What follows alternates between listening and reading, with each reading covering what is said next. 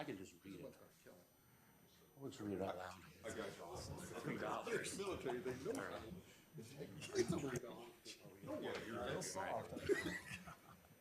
Good morning. We're going to get started here. It's now 11:03. We'll call this meeting to order. Dwayne's going to run downstairs. First thing on the business is our consent agenda for the board meeting minutes for the January 24th meeting. Any questions, comments, changes? All right, I'll make a motion to accept the consent agenda for the meeting minutes for January 24th. Is there a second? Second. All right, any further discussion? All those in favor signify by a sign of aye. Aye. Aye. All those opposed, same sign. Motion passes. Thank you. The next one is is very weird. When Dwayne got going to do the minutes for this month, he realized that we got discussing the finances last month and financial stuff, and we never made a motion, a second in discussion and or a vote on that. So the next item is basically us approving the December 2023 collections of the financial reports for the TIFs, Lexington Village. So I will make a motion to accept the December 2023 meeting financials as they were presented at that time. I sent you all a copy of that. Is there a second? Second. Any further discussion about that? I will accept my resignation. No way. That's my one skill for the year, so I've had it now, so I'm in trouble. All right. All those in favor signify by sign of aye. Aye. All those opposed, same sign. The motion passes. All right. Next on the business is the financial reports for this month. First is the TIF districts. You will notice that they are now updated, so we're now into a new year. One small area that's maybe going to be confusing for you is that we talked about moving the interest last month from 2023 to the new designated discretionary fund, and they did not get that moved until after start of February. So it's not on the bank statement, so that's it's not on here. So it's actually in the account, but it's not showing up. It'll show up next month. So that'll be in place for that. Couple things to note. I guess if you go to the front, the first summary page at the front, when you look down at the, I'm not sure how to put these all together, but you look down here at the expenses, it shows the Industrial Park Downtown Consolidated Discretionary Revolving Fund, Junction, and the Salai Hotel. So we now are going to have all those put together in one summary page as to what expenses we have out there, what pending expenses we have, and thus what available funds are available in all those. I don't know. I still feel like it's in a lot of the cases when we're doing TIF district stuff and voting to pull money from all the different funds that we will probably pull from the Industrial Downtown and Consolidated. There's not that much money right now in the Junction and Salai and the hotel. And then, I think that probably the discretionary fund will stand on its own of being things that are outside the normal boundaries of TIFs. And then I think the revolving fund, which is basically our program, which is sidewalks, exterior improvements, and the key building program. So I assume, I think we probably will not be pulling money there. And that one's a little more, the revolving fund is a little bit more outside the boundaries. So I thought it'd be best to see them all here on this summary. But I say when we go to vote for some of this stuff, we'll probably break them down separately. And we can change as we go along, but I say right now it probably makes we're most comfortable with and how to do it. The discretion I think will become bigger when we get it like in this maintenance of these properties we own. That'll be out of the discretionary fund by itself, so it won't touch the other corporate TIF funds. So that's that. One other area that I want to mention has to do with the city's seated stuff, and that if you go back to it says top it says City Local Revolving Fund Program. This one's a little interesting. But after you get past the front page, it's got information there. It shows what the clerk treasurer's office is going to have. Now, in some cases, I'm sometimes concerned when they get into a State Board of Accounts audit, how things are presented in our stuff. In general, when they audit, they look at the clerk treasurer's stuff, which is this report here. The way that their system works, I was noticing, I probably should wait to, when Dwayne gets back. Anyway, they have like the fund, the fund total, the starting of the fund, in this case, it's 205,000. And then each month, they have the expenses for those months, and then they have kind of not like year-to-date, it's basically a fund-to-date type total. So I don't know whether, in our case, I've set it up now to have it so that I don't know if we should have it so it just runs forever. And then we have summaries to say, okay, here's how much we had for expenditures for the sidewalk program in 2023 and 2024. Thank you. Yeah, we got it together. We're just talking late about the revolving fund, which is the city council. 406? Yeah, It's out of the seated? right. So we're trying to decide, when I looked at the reports we get from the city, they show like at the beginning balance, the 205,000 is where we started. And then they show kind of like what was taken in each of the exterior improvements or sidewalks or whatever. Right, you had they have money taken- paid to the Nest that Yeah. came out of that, and then you had money that went to Cass County. Right. Title. But like in the case of one of them, it happened in 2023. It's still showing up on the year-to-date numbers. So I didn't know whether with that fund, we should show it, have this. Usually we roll over each year and say, here's this year. I didn't know if it was any advantage. Well, the fund for this year would have been the beginning balance from the end of 23. Correct. So they're showing 205,000 was the starting balance, and then they have, it's in the packet in the past the revolving fund program. And it may be that so there's I have a December sheet, and then I've got a January sheet there.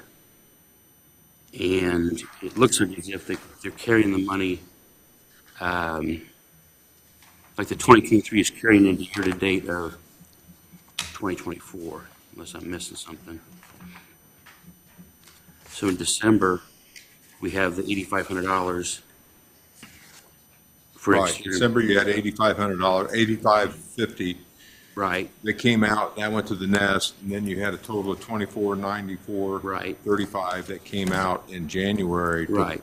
reimburse. but then when you look at the January sheet, it shows $11,000 in the year-to-date, which is those two numbers together, so it's taken a Yeah, 20.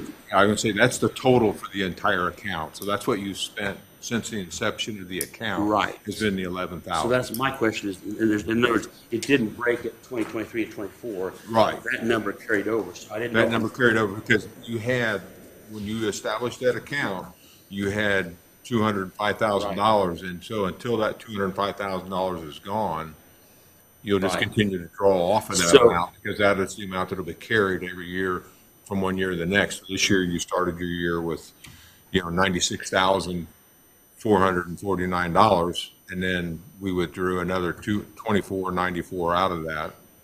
Right, what I didn't know is whether I set this up to follow what you guys have done, that our beginning balance will always, from 2023 will be 205,000, and then we're gonna continue to ongoing, because when we broke the year there, they didn't reset the year-to-date number. It basically is fund total from start date number. Right. So I thought maybe I should make ours the same way to say, our starting balance will always be 205,000, and then we'll show complete detail. I can break down. Right, because you're going to show it by date. You're going to show by date when the expenditures are taken out. So Right. you're fine to do that. And that way you'll just keep a running total of what the account is. Forever. So Right. I will not Until, change. until you need to, until we have to go back to city council or. Well, yeah, and say, I've hey, got, we need to I've got a refund place it. to add money too, so, but I think the 205,000 in you guys' books will always be the beginning balance. Right. And then, okay, Right, so, because this is just a city fund is what this is. Okay. It's not a separate account, like Okay. you don't have a checking account for this. This is just being paid from the seated fund as a city account that's been added in. okay. So basically, I think I've got this the way it needs to be. So on this page, basically at the top, it's got revolving fund deposits, and I'm figuring probably either we will or won't make a deposit each year, so I've got basically a number years up there that we'll put a new amount in if we need it. Then you'll have expenses. I think we'll just continue to show expenses from the beginning of the fund till whatever, and I can do summaries of what happened each year if anybody cares for that. And it's got the same pendings type stuff. So that's, I think, will match their system better because again, this is the report I get from them. It's like their checking account balance per se. So to balance against that, we'll have that way. And if down the road we need to change it, so be it. But it's, we also don't want to put that much in there because it's not interest bearing for Right, I was us. just gonna ask that. So there's no interest because it's just money that's. Right, that's It's actually just a another fund. general fund. I Yeah. mean, it's coming out of the city's general fund. So this is not a separate account, banking account. Yeah. This is only an account, a funded account within the city. That's what I'm saying. So it's being paid out of the CEDA fund. And so it's just a component of that. It's a line item of that fund. So the city's earning interest on it. Correct. Okay. So there's no real need for us to fuel it up, And I say, since it's going to be, other than the key building program, which will draw some money out when we have that happening, the sidewalks and the exterior improvements are not large dollar amounts. So I think we're probably okay to just go along. And I say, we can add money to it whenever we need to, but since it's not interest bearing, there's no real reason for us to push a lot of money in there, I don't think. No, the Okay. opposite. Right. Push as little as possible. I'm trying to be polite here. Yeah. Okay, so that's the only other really kind of major difference this year. And then we continue to break the section up. You've got the Lexington Village residential TIF, which is, kind of running down now. And, we're not going to get the any real money coming that to 12 months after the first house is deeded over, which, by the way, I met with Cass County Title yesterday, and they're planning to break ground on the new house, I think next week, unless weather turns crazy again. So that'll be, and they say, and what's happening now is the deed, we're going to deed to Shepherd Construction, and then Shepherd Construction will deed to the homeowner. There were some concerns about if somebody would default or whatever, and all of a sudden, because we looked at, we could save a step and we could just deed it to the homeowner, which is what the bank's going to want in the end result. But if they would default against Shepler, then that property could come back to whoever the contractor would be. So, anyway, And that's per lot? yeah. So basically, we will deed over lot by lot if someone signs a contract to build a house, basically. So everything is done now for them to start breaking ground. Yeah. Everything's done. But they can break, NIPSCO's not, Yeah. but they've gotten the clearance to do what they're gonna do, next week. Crossroads has to come back and pin the locations where they can build on each lot. But they pin that. So it's good for that lot, Yeah. but until NIPSCO's done next month, FFK's not complete. They're waiting. There's a top coat or. It's basic. So how far out so somebody else can build there besides Shepler? Tomorrow. Tomorrow, but you can start that process. Yeah. Well, we could try to get it done today if you need to. Oh, I mean, I was just told last month that it was gonna be April, or May. Well, that's the what completed project, yes. But you can start the process now. Okay. Yeah. You can break that now. There's not going to be NIPSCO gas availability until, Get specific clearance for a lot. So that they can clear a lot. But the totality of the whole thing won't be done. Yes. Well, I guess I just misunderstood because we just purchased 2 more houses, so, because we wanted to build immediately. So that's why we went a different direction. You can do it immediately. Yeah. Depends on what your term immediately is. In your particular, if it's a custom that's not under their portfolio, you'll have to go to the ARC committee. They meet every 2 Right. weeks. So it'll be no longer than 14 days out that you get approved. Okay. They have to approve the material and the size and all that stuff. anything else? Okay. So anyway, that is basically it's got a summary page on the front of that also. I have not done the budget stuff. I've not done yet. And I guess actually, now originally I was going to have start out having the non-TIF stuff separately. And I'm now kind of put it into TIF. I'm not sure what's best there. What I guess I decided was, in general, if we've got we have those subcategories of economic development and programs and that kind of stuff, is that at times the discretionary fund is going to be part of that same. We're going to have, if we want to get totals for that stuff, we might want to have that together. So we say, here's how much money we spent total on.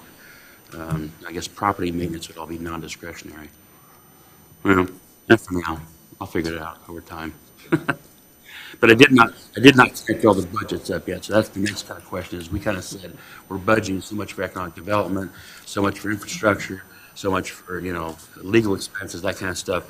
And how do we want to break that down into those next tier, and say, and we had until the state does not require budgets to be in place until the end of 2025, I think, or maybe it's the start of 2025. Anyway, all right. I will make a motion to accept the financial reports as presented. Is there a second? Second. Any further discussion, questions, comments? All right.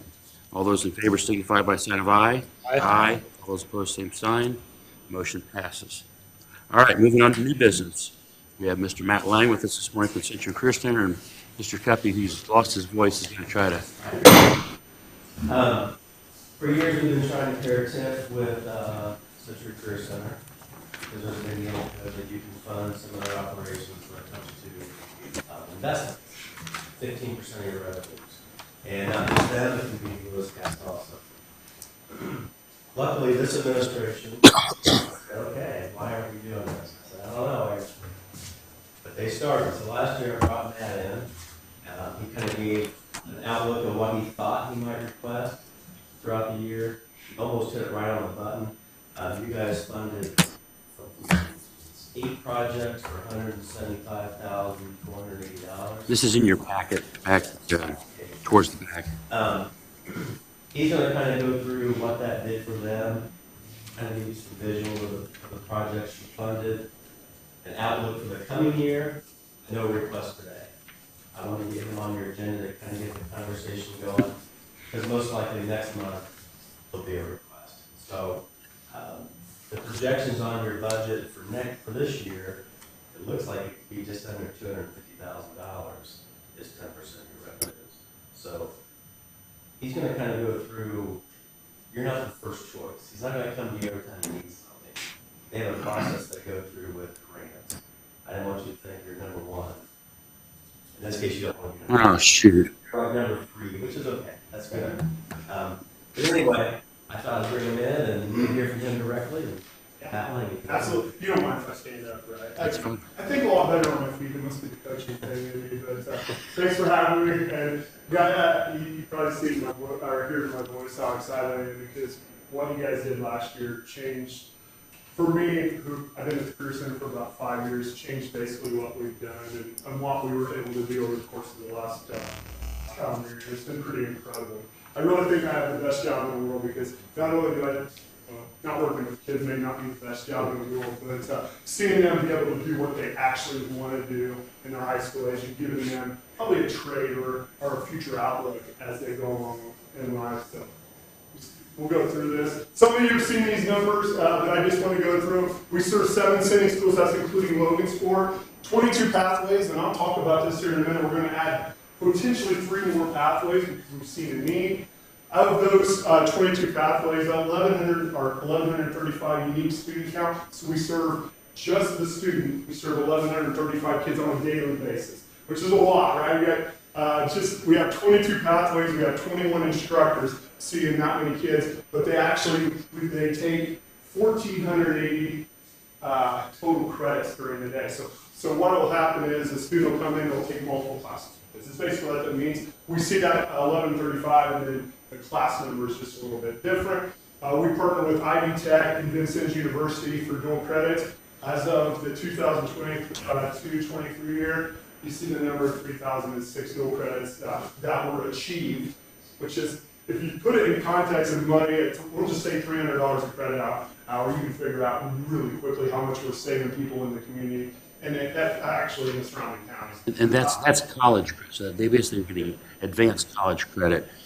That Of all of our 22 pathways, just an estimate, we changed this a little bit, about 18 offer complete dual credit. So when you take a class with us, we don't really even give you a choice anymore. We say, you're going to take a dual credit, you're in here anyway, it's the same class, let's get you something that can be potentially great for your future and your family's future. We're estimating this year, because we haven't got the final numbers out, because we can't do that, but we're pretty close right now, but we're estimating upwards or over 4,000 credits this year, just because we made a push. Bob and I, who's the director, we made a push towards this, and we really think it's valuable for kids to have the opportunity to earn the dual credits.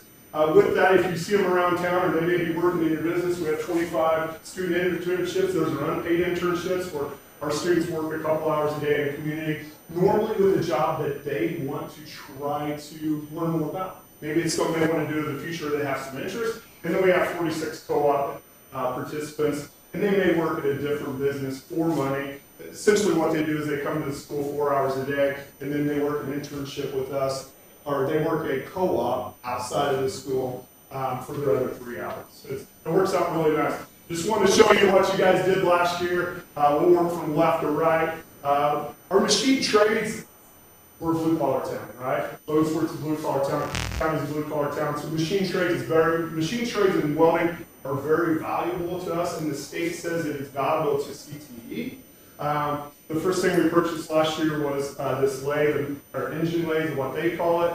It was over a $20,000 purchase. We moved back to our welding program, which was in dire need of new welding. Welding, by the way, I'll talk about a little bit more. Welding is by far our most wanted program. We actually turn kids away. It's almost to a point right now that you have to be a junior or senior to take one of our welding classes. And we were using old stuff that has been given to us or through the process of Ivy Tech over the years, and they were in need of a little change. The state and school systems are really pushing hard for computer science. We have a computer science department, and with the money we were able to make a pretty sizable purchase of 25. We basically went through our whole computer science department in Mount which is incredible. I'm actually I'm a business teacher, but a former computer science teacher also. How it happens, I don't know. But the machines we were working on were not up to par. And you see ag and radio and TV. A big push in the ag industry is drones. So precision farming is huge. So we were able to get some drones for not only our ag program, but also our radio and TV program. Our culinary arts, which is a very large program, it's actually housed in the high school because we don't have a location for it in a career center, but it's a career center class. We were able to go through their program and buy, that's a big industrial mixer. If you just stand up beside it, it's about 4.5 feet tall. It was just something they needed. That's a program that we actually turn people away. It's amazing how big the program is. If you've been at the high school, it takes up almost a whole hallway of the high school.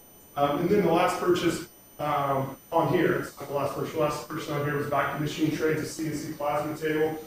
We found out this is actually the same table that Grand Industrial uses. So we went ahead and got the same table that, there's actually a bigger format of the same table, but we're trying to get kids where they're working on the same machines they're going to work on in the industry. So when we were looking for this was a late in the year purchase. When we were looking for this, we had some our machine trades guy and some people at Grand, they said this is what they use, so we want to be comparable to them. Auto repair, we have a large auto repair department.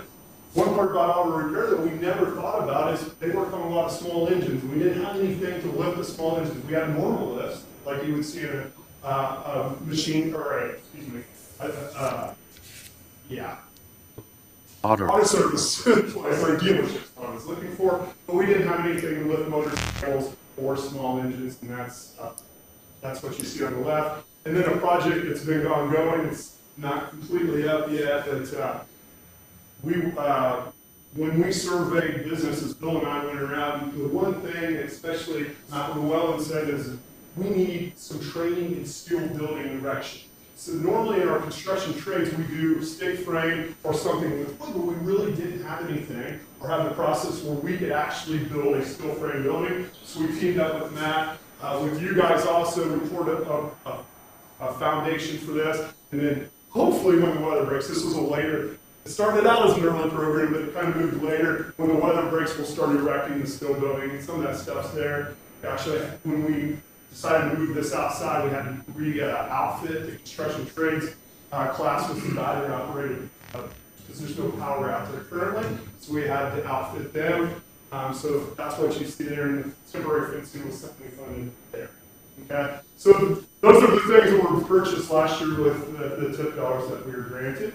As Bill talked about, we wanted this year to explain to you, we just, even though this is incredible and it's changed the course of how we do business as Career Center, we actually go for more opportunities, for grant opportunities than just with you guys, okay? The big golden goose is what I always call it, what people think we get most of our money from, but it's actually not true, is the Perkins Grant. This is a federal grant that we apply for each year, and some of you may have been, or hopefully in the future, are on our CLNA board, where we have to apply for this every year. Every 2 years, we go through a lengthy process. This is a process that takes us months to achieve.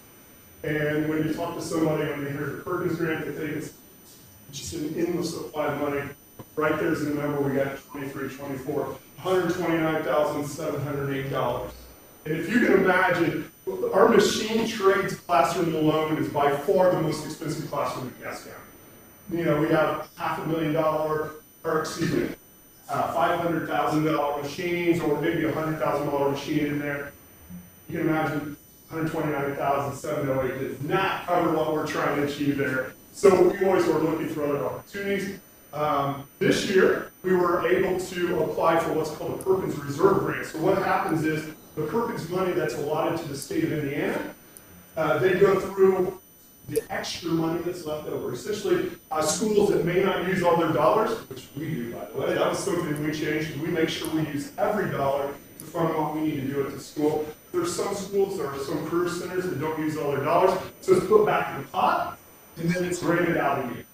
So we wanted to start a new program, and I'll talk about it here in a minute, but with Star Plus, the new battery plant in Kokomo, where we would start a part of our machine trades program, which was like a smart manufacturing division. It's a very, very expensive program to start. We applied for the grant, and Perkins, the deciders of Perkins Research, they gave us $80,000. We just about a month ago, which is a huge win for us. As you can imagine, you see the TIF money, or excuse me, the Perkins money, 125. It's just like $80,000. There's not a whole lot left to go. Okay. We're also looking at an opportunity with the Don Woods Foundation. If you don't know anything about that, it's a foundation over in Fort Wayne that looks to manufacturing. They help with specifically schools or nonprofits in the manufacturing industry. We're in our beginning stages of that. Eventually, we'd like to build onto the Career Center because there's a lot of need there. So they do associate capital improvements with their grants. So we were able to do that. And then we recently, Bill and I talked about it, and we recently went to the county TIF and said, hey, here's what we're trying to do here. Would you guys be willing to help? So those are 4 of our opportunities that we look for, and with you guys also. I just wanted to Real bring quick, that- hey Matt, just out of curiosity, like with those sources and what we provide, like what's left unfunded, or is there, or do you have a surplus at this point, or you just you just fill, you know, if you do have enough funds, you just find more ways to spend them if you come across them? Is that how you operate? Yeah, you can figure it. What we did last year was, so let's just say that, Yeah. okay, there are 5 engine lays in our facility. Okay, that's one very small part of it. We have some CNC equipment that's very large, wire EDM equipment. I just, with the Perkins grant, I just purchased it's called a knee mill. It's a milling machine that everybody uses in that industry. So We purchased one at, I can't remember the exact cost, it was $15,000-$16,000. There's 5 of them. So not yet, we're not even close to that, of being that, but yes, we will look for other opportunities.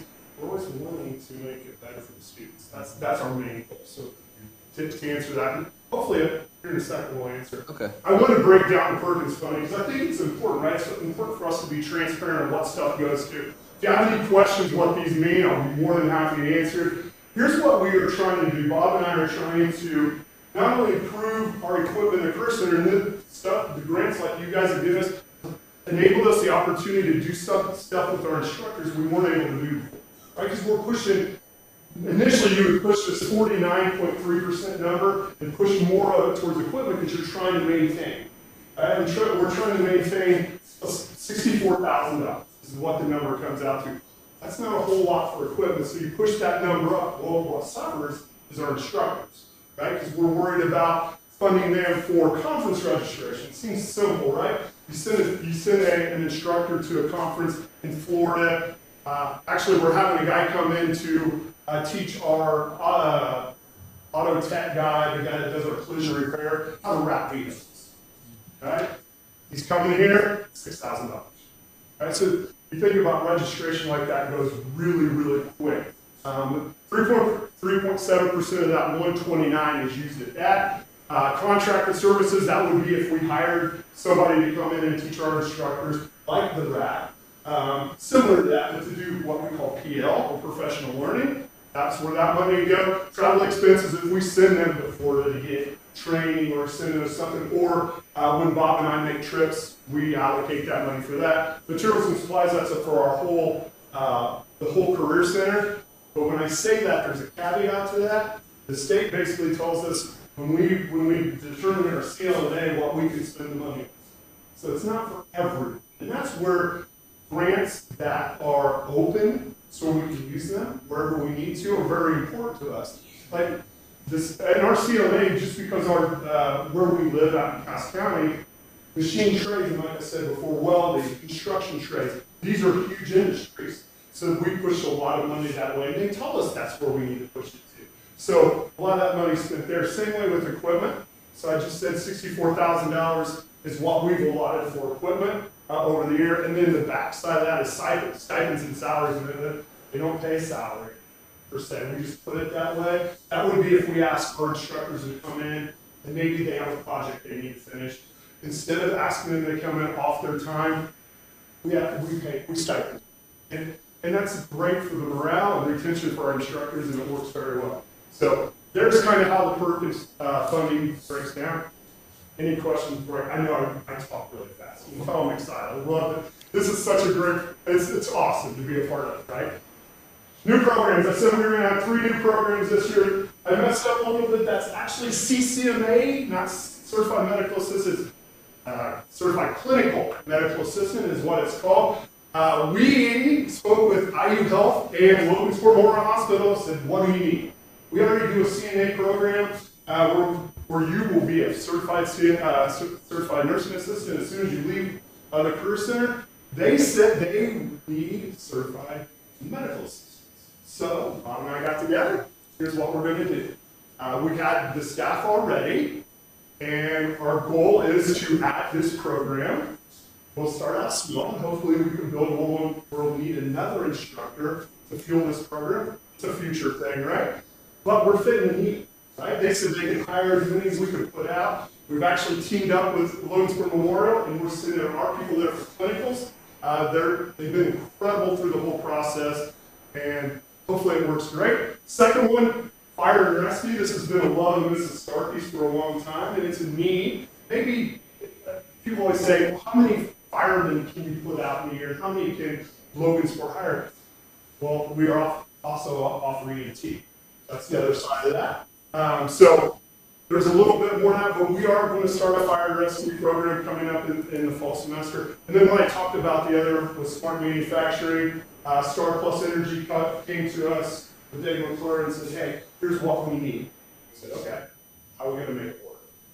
And they've been a good teammate, and this is a huge program, I think, for the viability of our students and their future, right? Because this is where we're going. Are they helping fund it?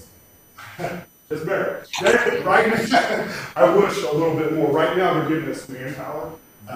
So what they'll do if we, let's just for say our wire ED machine, it's one of those machines that it likes to run. And if it's not running all the time, something's breaking. I know it sounds really strange, but we've had some issues with it. Last time we had somebody come in and fix it was about $5,000. So they sent a team over because they're in that. Their maintenance crews are not actually, they're studying right now and they're training, but as far as in the plant, they're not, so they sent some people. So that's where they're initially at. Have you asked Matt? We talked to Dave about it briefly about possibly funding it. You know, they're getting a big benefit. I mean, in fact, where are the employees going to come from if they don't come from the high school? Because I know they want younger, they don't want a ton of experience, they want to train them that way.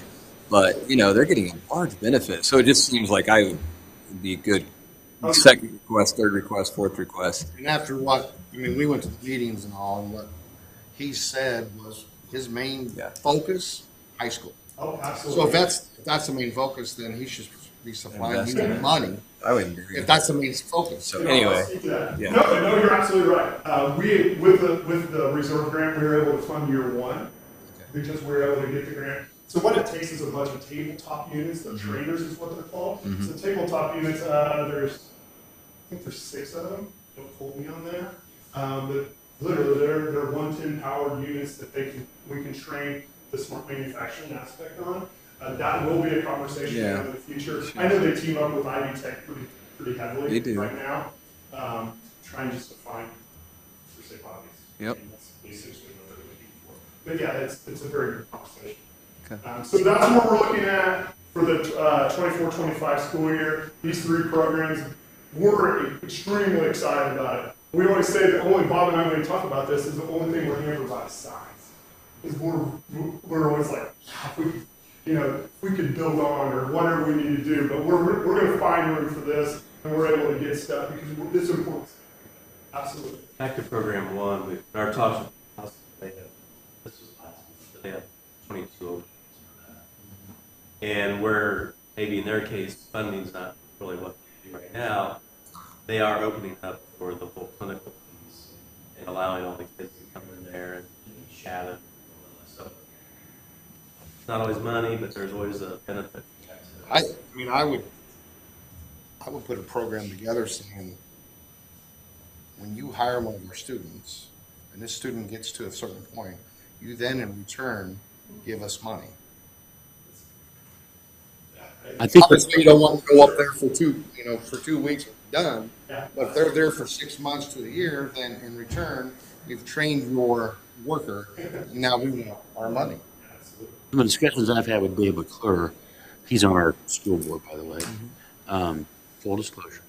Right now, they're talking to Tipton and Huntington and Wabash and all these places, and they're getting mixed, receptions. I think what's going to happen is they're out there saying, who's going to step up and do something here? So I think that we're basically laying down the fertilizer for the future, and the fact that they're going to say, okay, here's where we get stuff. I mean, they've got it clocked out to where generally you got 20 minutes of Logansport to there, and I think that's, I think what's going to happen is he was surprised the coaching has kind of been, we got to do enough stuff. We don't need to be, they're not, you think that they would be the ones saying, we're going to be the number one source for you for this type of thing. And I say it's up to whoever, and again, like schools are schools. So they have to spend money to do smart manufacturing.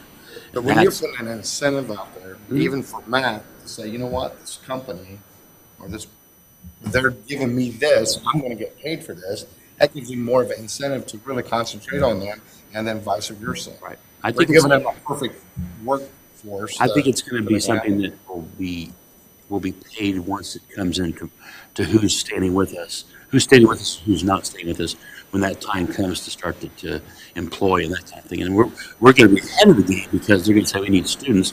So if they go to a career center someplace else and they go, we got nobody that's been trained in your. I mean, my understanding is that they want to teach them their culture, and then they want to teach them their manufacturing. And I think the thing that Logansport, I'm not going to let me just get off the exit for just a minute. I think one of the challenges for us as a community is that you've got, they're coming in and saying, we're not interested in the kids who are going to college. So it's the kids that are left here when we look at graduation, that's, 90% of the kids or whatever are standing up. Those kids right now live with their parents. And they're going to go work for Stellantis or Star Manufacturing, and they're going to start making decent money. I think their starting wage is $20 an hour, something like that. And then it grows from that. I think the big challenge is those kids start to get some money in their pocket, and they get sick and tired of living with mom and dad. Now they need to stay someplace. So they either need to have housing or an apartment or whatever. Do we have that, or are they going to now move to Kokomo or Tipton or someplace else because we don't have that? So I think one of our challenges as a community is how are we going to provide this housing for these kids that all of a sudden before where, they took a job at McDonald's, they're still moving with mom and dad. Now all of a sudden these kids are going to have a chance to get a higher paying job. And when that does, then they want to buy a car, they want to get an apartment, and all those kind of things that come with that.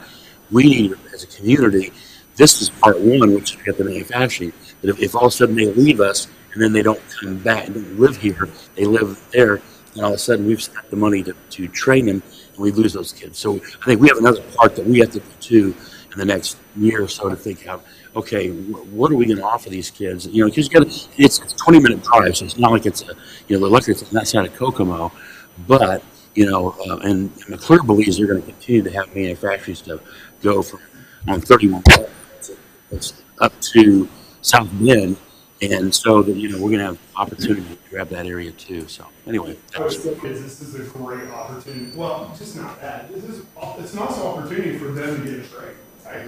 Not just with smart manufacturing, but every trade. Because now I talk to people all the time that come in, and I just talked to the pipe fitters union. A representative came in last week, and once they come in, you would have never thought about that 10, 15 years ago. They would have never came into the building. This is a great opportunity. The one thing we're finding with smart manufacturing is the old manufacturing adage that I'm going to work in the dark, desolate, dirty, run a machine all day. The negative for Star Plus is they don't tell you a whole lot. A lot of that information is kept secret, and they don't say a whole lot of it. So it's been a little bit of a challenge for us. So what we do to bring a program is we basically survey the students and see. We'll put out a normal survey and say, would you be interested in this if we were to offer it? And then we determine if we're able to offer it based on that, the output or the feedback that we get. And that's been our biggest group, is trying to get kids to understand this may be a little bit different. And, if I go home and say, hey, I want to do smart manufacturing, and my parents work in an industry here, maybe they think we're trying to poach employees from them. And that's not the whole thing. We want to put students out that are well-educated and understand what's coming in the future to help employers, right? To be educated for what they need to do in the future. We don't want to look back. We want to look forward, and this is the next step. Matt, on the smart manufacturing, how specific is what you're purchasing to Solar Plus or Star Plus? It is not specific to Star Plus at all. Okay. It's specific to that degree path. I shouldn't say degree path because it's not that path. Okay. It's what the state deems what we need in equipment that has nothing to do with them. Okay. As far as that goes, we're just trying to output. They need other stuff besides the smart manufacturing. They're going to need general maintenance and aspects like that, kind of like Tyson does. Tyson's in the same spot. Well, and the reason I asked that is, ideally this all works out really well with electric vehicles, and because we're building this, there's a monster investment there. But what if it doesn't? And so that's really why I asked. If we put out too much resource and then we're 4 years down the road and it just doesn't pan out because adoption's low or whatever, do we have to sunk costs that there's no benefit? But if it's other industry, other sectors, and it's going to be relevant in other places, that's good. And I think that's probably the reason to stay away from a partnership right off, where they can put a lot of money into it. Well, I know. Because then we're tied into that. Yeah. And they can deem the route that we go to. No, it is not. It is not specific. Okay. And that's a conversation we have all the time. Is what if this program doesn't work out? Yeah. I mean, we have to think about that with all of our programs. What do we do? Now we've got $80,000 worth of equipment. It's actually 79 something worth of equipment. and now we can't Yeah, use it. okay. Because kids don't want to take it. It's not we don't want to teach it. Right. And that's always a balancing act. But as we go forward, there's more equipment. We've ruffled some feathers and let's just say with some other entities because we want to offer it all because we can. And that's what we want to do. There's no reason for us to pay an instructor to come in and teach our classes. We want it. And so it takes a little bit of investment up front and then it's a risk. It's like anything else, it's a little bit of a risk. Okay, here we go, future stuff. Bill talked about that last time when we went over the capital improvement plan. I was very specific. This time, Bill, Bob, and I talked about it. I'm just going to give you a little bit estimates of what we're thinking for future projects. And this does not mean it's totally funded by this board. This is just what we're looking at as we come through this school year. We've got a photography department that the cameras are a little old. Let's just say that's a huge cost. Once you start putting $1,000 by 25 or 30 students, then you start getting into a lot of money and all the accessories go with. I talked about our welding program and it being well received. Let's just say we have a filtration unit that's sitting right in the middle of our welding program. Why, when they built the career center, somebody didn't understand that we were going to need that space.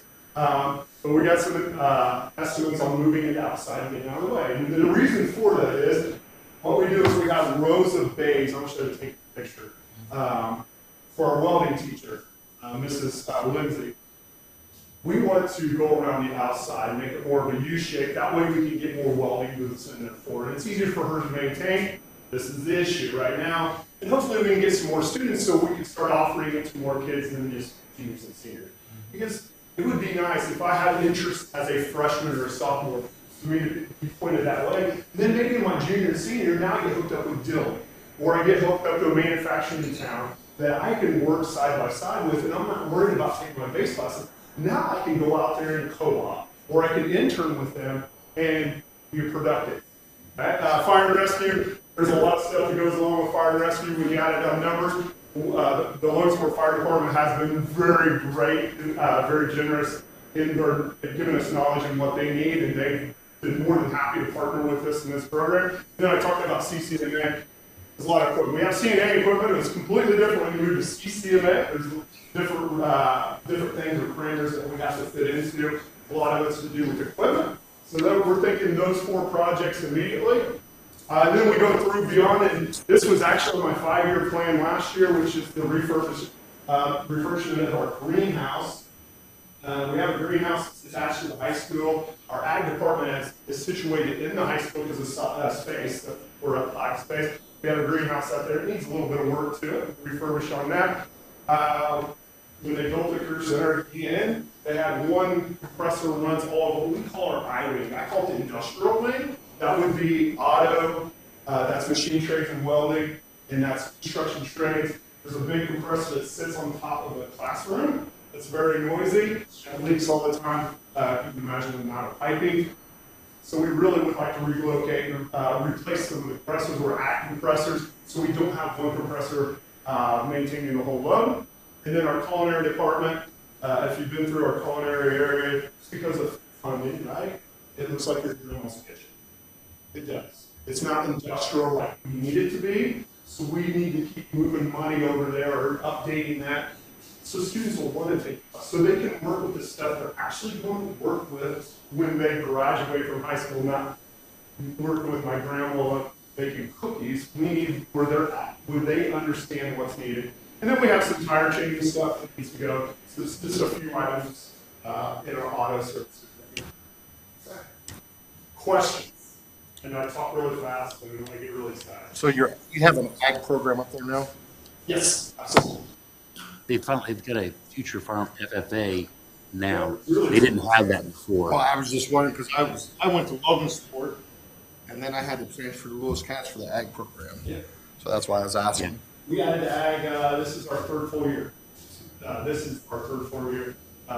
Pretty large ag program. We offer, oh goodness, I put myself on the spot, but we offer soilless, we offer greenhouse, we offer landscape, and we offer general ag. We want to offer the precision farming. But yeah, it's been well received. We have a great teacher. Her name's Jen Fisher. She's the one right in front by the guy with glasses on the left-hand side, next lady in. Yeah, she's got a lot of energy. A lot of And I energy. think, wasn't some of that drone stuff, I think was for that too, I think. Yeah, absolutely, yeah. They- She came to me last year and said, hey, we would like to teach precision farming with no drones. Okay, that's where you guys were. We were able to purchase enough drones for her to offer her class in my lab program, so.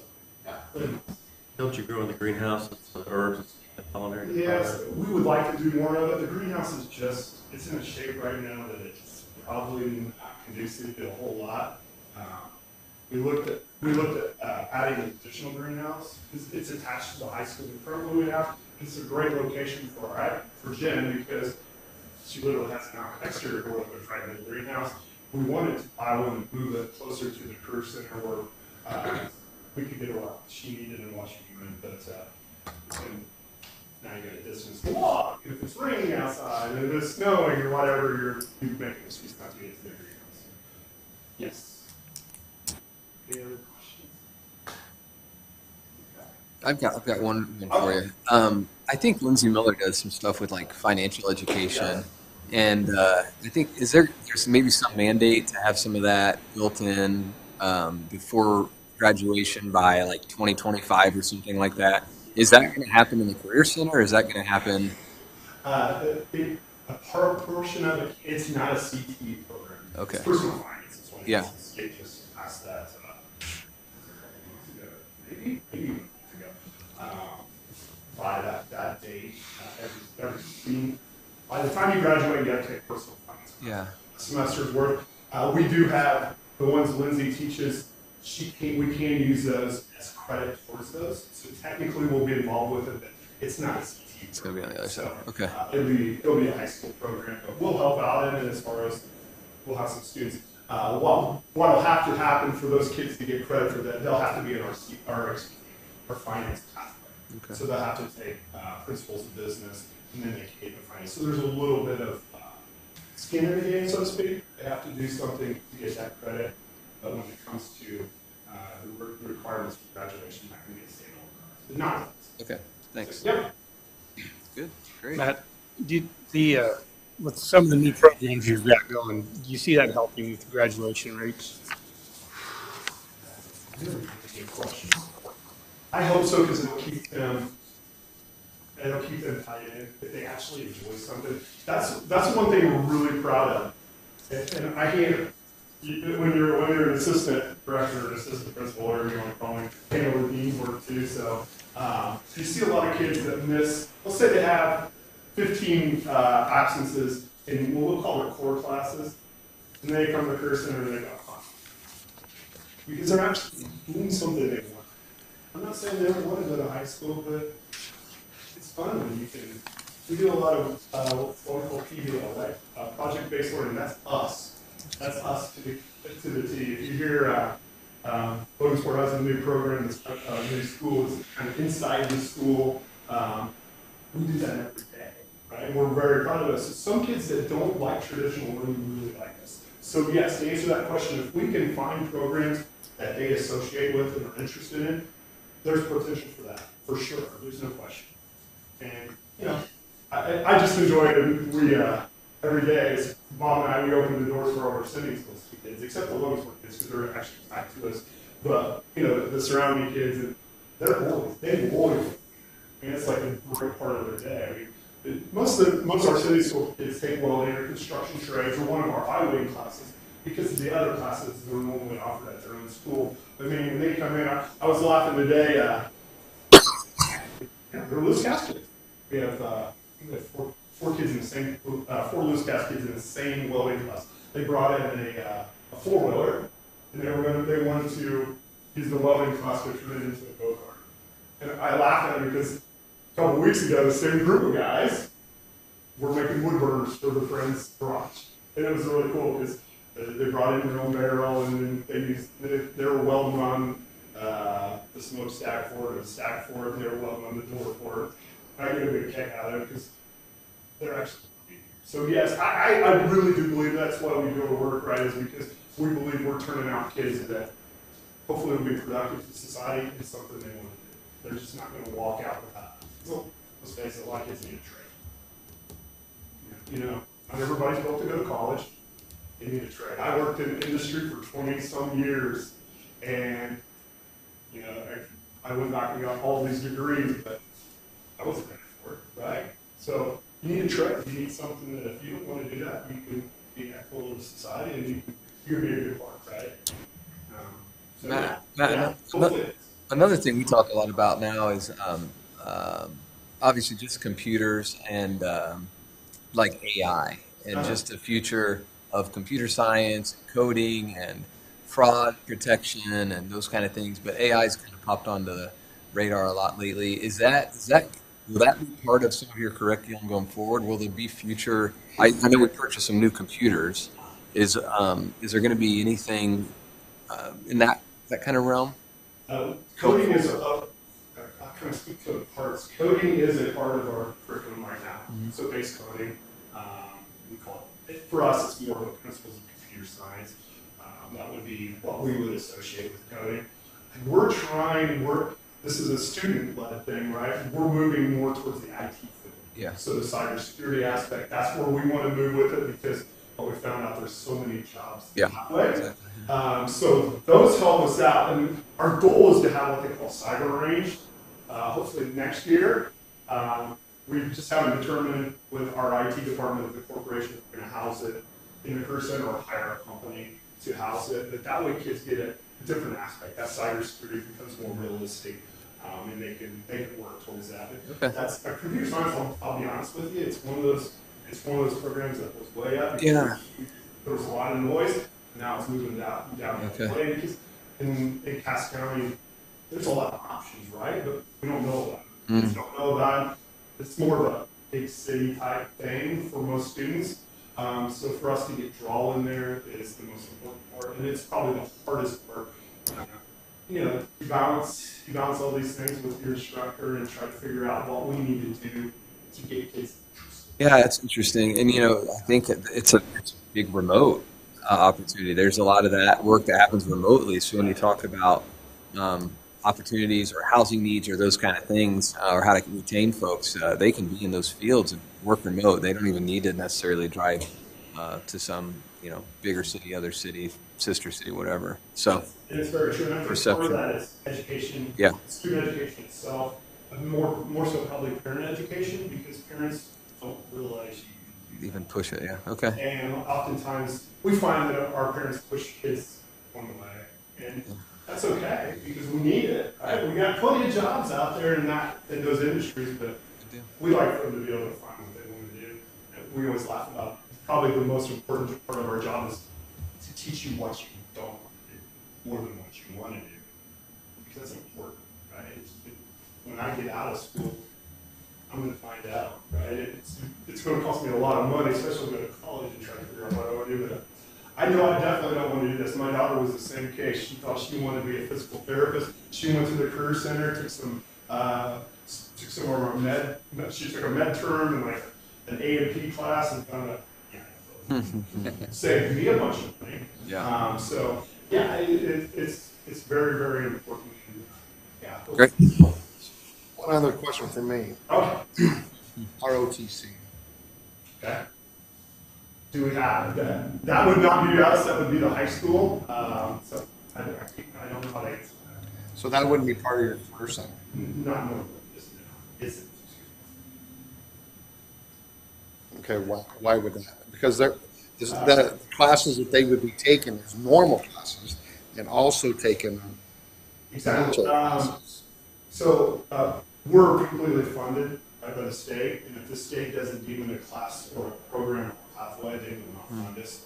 So we would essentially be doing it Self-funded, yeah. So I don't want you don't want to say it like that, but we stick with what's funded.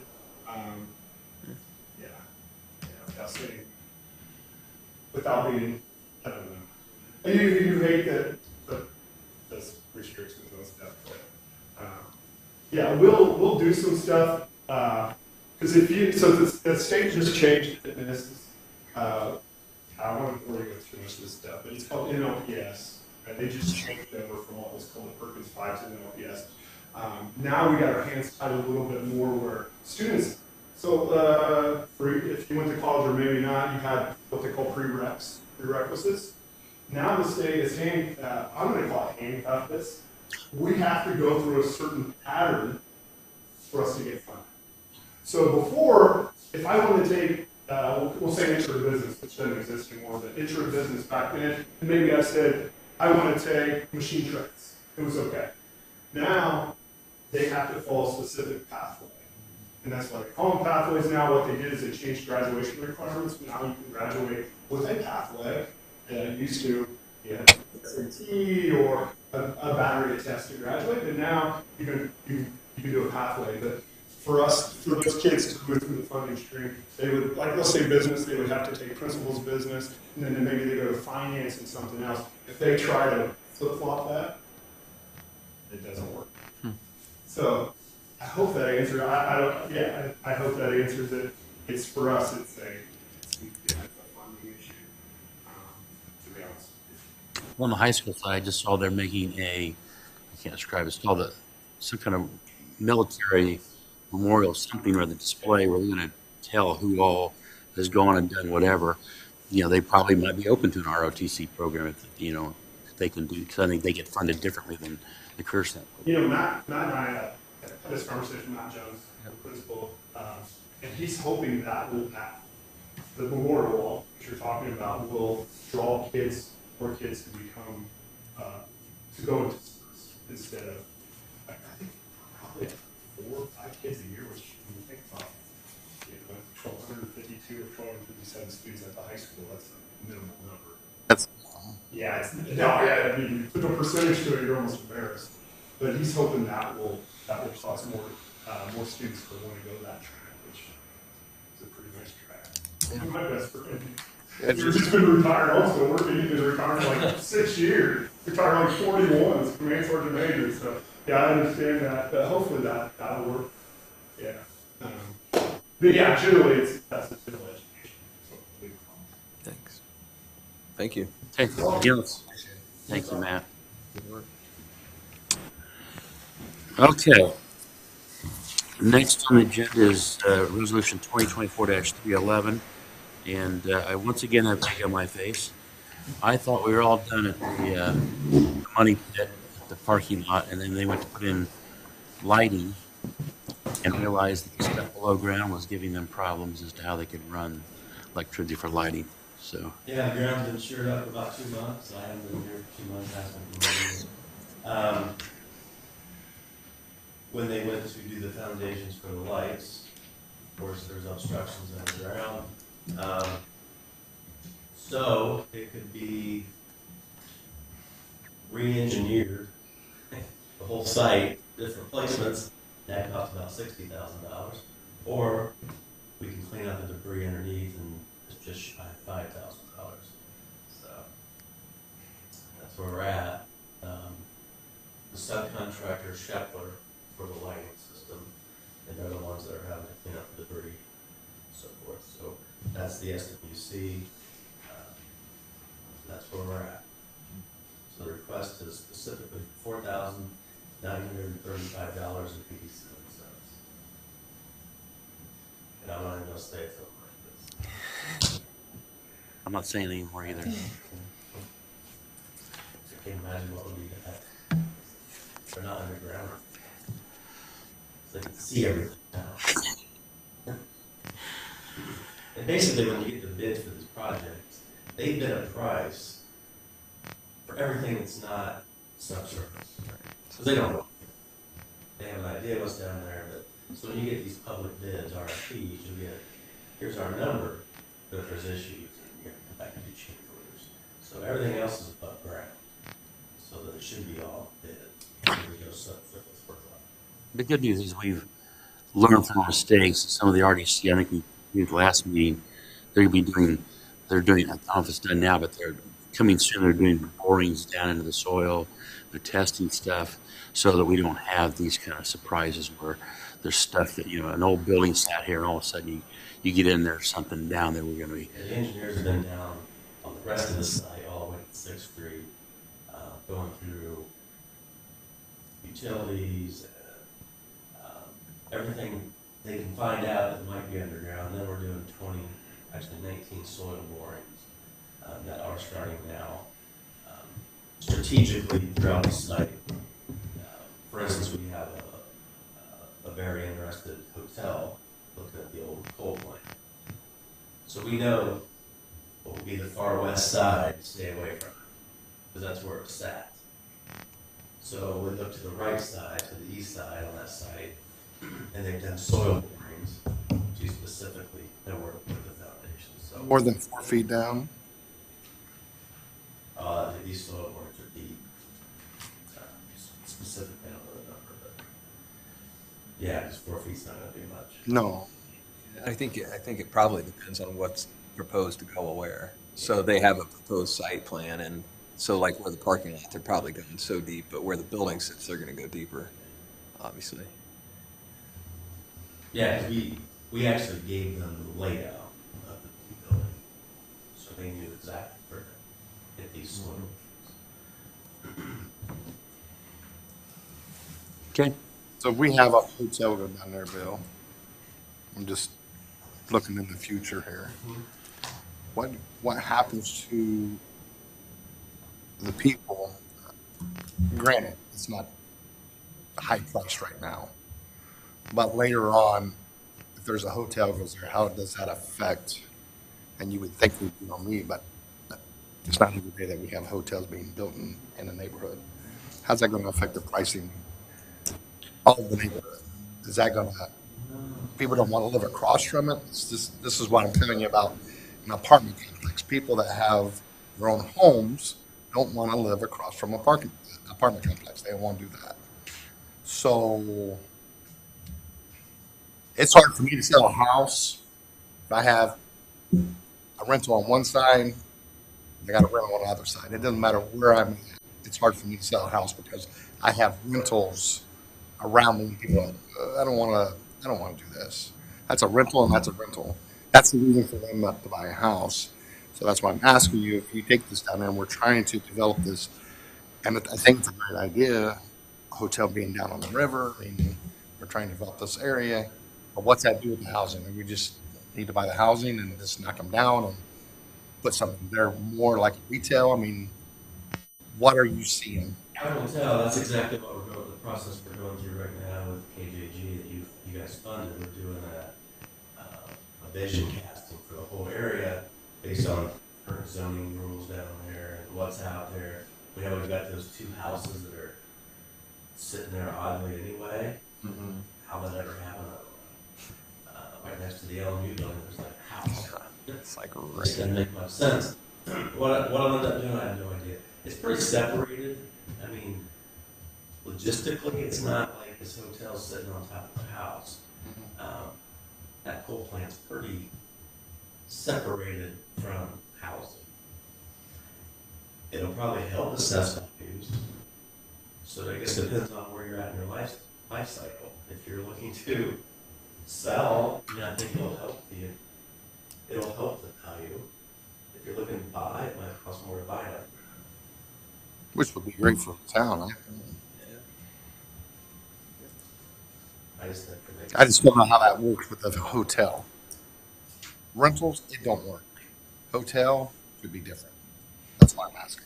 And part of the goal is too, that's in a tip area down there, so if you can add another investment that generates $100,000 a year, that's going to go directly back to you guys, and you use for improvements down there to maybe put a facade program down there for these houses, maybe do another sidewalk program, 50-50 match for painting and siding or whatever it might be. You can enhance the current route too. Mm-hmm. Not going to push anybody out, but we think it's the best thing down there right now to complement the event center and the park and the restaurant. Definitely the event center for sure. That would be good. Yeah. I think it's the same thing you face with, I remember years ago at Market and Broadway, where there's all this little truck traffic coming by and people are living on Market, and it's just the reality of what it is. You know, I mean, they're talking about, you know, from the event center all the way down to 6th Street, could be retail below and then office professional offices next level, and then apartments. There's all kinds of, interesting things, and we'll see. You gotta see how it shakes out. There's also interesting questions about the width of the street and stuff like that. Is it gonna be big enough to handle the flow? If you start bringing more stuff down there, and you got small streets, everybody's parked, everybody's got a garage and they're parking. I mean, so it has a lot of interesting, I think, challenges and just opportunities at the same time. So, okay, I will make a motion to accept resolution 2024-311, which is for the amount of $4,935.87, which is for the on the banks of the Eel area and the parking lot electrical reworkings. Is there a second? Hey, Mike, before Yes. you do that, on the section 2, could you amend that, where they wrote, you got consolidated district? Could we Okay. say consolidated fund and then put the fund numbers in, Sure.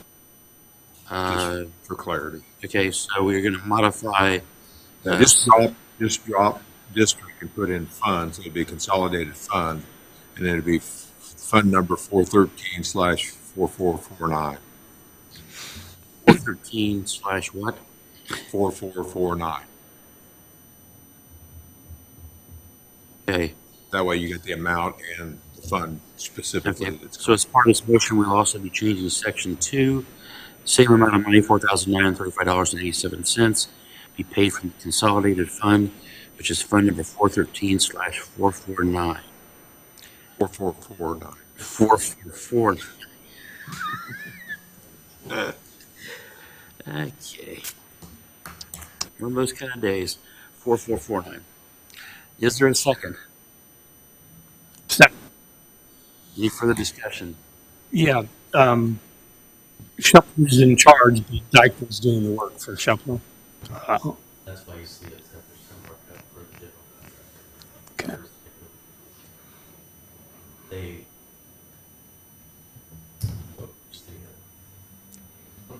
Yeah, they subbed out that piece to Shepler. So Shepler. Yeah. Shepler can't do it because they can't dig it. Shepler's physically getting the debris out of there. Shepler's doing all of it. Okay. The oversight is Dykeman, who's the general contractor. Okay. All right. Any other discussions, questions? All those in favor signify by saying aye. Aye. All those opposed, same sign. Motion passes. No, I'll abstain on that. Now the big stuff. This is another resolution that we got this morning. When we did the project, some deeds of property, the attorney involved added $3 for some copies and stuff. Our amount was off by $3. So this is a resolution that amends the original resolution, which was 2023-43, and the original, our original document was for $750, and this amends it to where we'll pay $753. Yeah. Yeah, they charge you $1 for every copy of the deed that wasn't included in the quote that Aaron got. So it puts you And, over you know, like it's a tough $3. market for attorneys these days. You know, they gotta watch their pennies. I'll make a motion to approve resolution 2024-312. All right. Is there a second? I second. All right. Any further discussion? All right. All those in favor of resolution 2024-312, modifying from $750 to $753.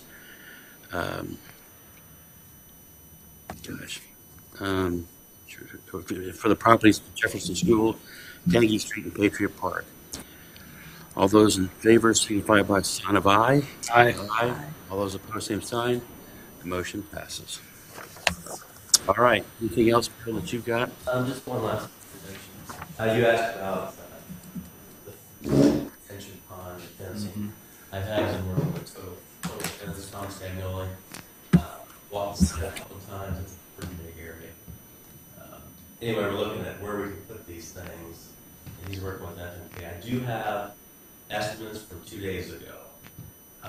But I had questions back to him based on the look and the material. If it's down lower, can it absorb somebody like rolling into it if we go down too low? Anyway, I don't have specifics. There's no hurry on this. Next month I'll have a request. The estimates were in the 45 to 48,000 range. Whoa. Actually lighter than I thought. Yeah. Listen, if you just go down there and look, and the roads are done, go down there and look. It's an enormous area. Is that There's 2 levels to it also. Yeah. is that going all the way around, Bill? That's all the way around. The difference on the thousands are it's a material thing. Yeah. Which I don't know. I'm not an expert on fencing, so I have questions back to Tom. I don't know what I was thinking it would be, but just doing fence stuff at my house, several $1,000s for a little area. Actually, wasn't too much of a sticker shock being 48,000. And I asked for what Walmart was like. So it's that 6 to 8 foot, I forget the number, but the feet are just enormous. He said it'll be able to withstand the force. Okay. So I'll get more specifics to you, but just to kind of grease that wheel, it'll be in that 48 number range. This is the Lexington Village we talked about last month about, and again, safety, you have someone get hurt there and $48,000 is cheap. Hey, Bill, before you leave, at the village, every time a lot is sold, Crossroads comes in and does a survey, and who pays for the survey? They're already surveyed, they're just not in yet. Okay, so who pays for that? It's already in the contract. There won't be any additional funds. At least that's what they say. So they're gonna come back and pin all 53 lots, I think it is, once FMK's out of there. Or we have a deal pop up, then they come and they pin it. Thanks. Bill, any sorry, so it's a structure point, any movement there, or is that just kind of progressing? They're doing their deal. Chase. Yeah, Chase Davis. We had our initial meeting, they are scheduling, stakeholder meetings, which is next week. Okay.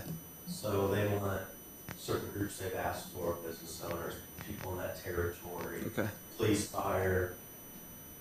Okay. So I think it's on March 5th. Moving along though. Yeah, Good. we've already met the Great. timeline. So far, a good group to work. Good, great, thanks.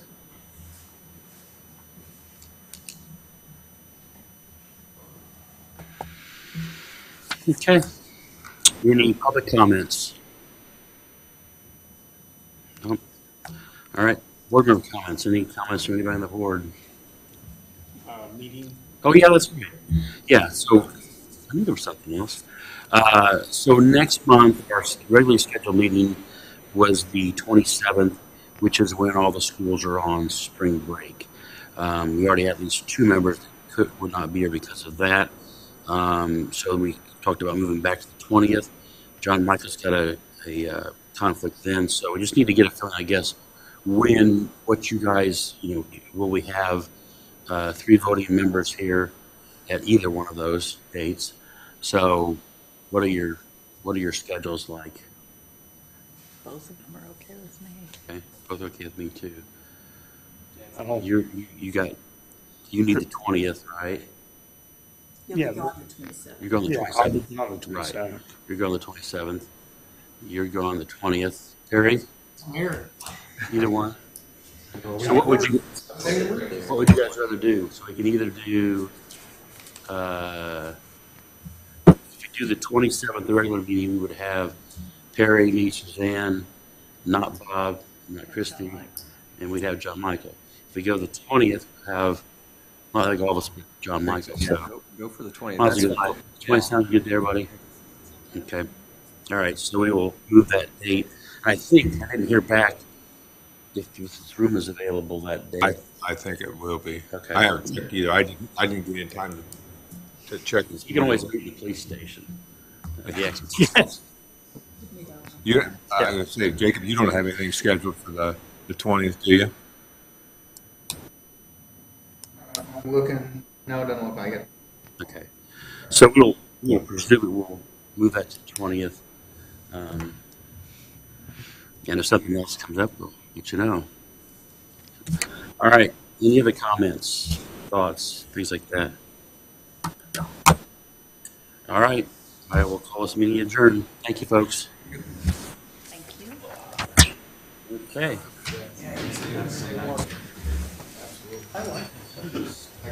think it's been a while. Well, you know. Hey, thanks. See ya.